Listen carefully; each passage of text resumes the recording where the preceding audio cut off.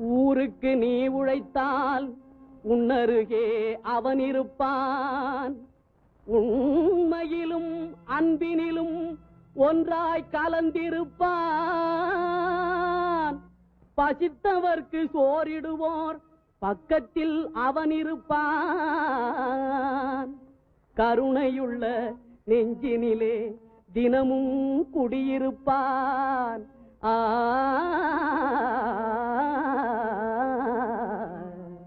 ஆதி கடவுள் ஒன்றேதான், அதை காண முடியாது. ஆண் பெண் சாதி இரண்டு தான், இதில் வேதம் கிடையாது. உயர்வு தாழ்வு என்பதெல்லாம் உள்ளத்தால் வரும் மாற்றம்தான். ஆதி கடவுள் ஒன்றேதான்.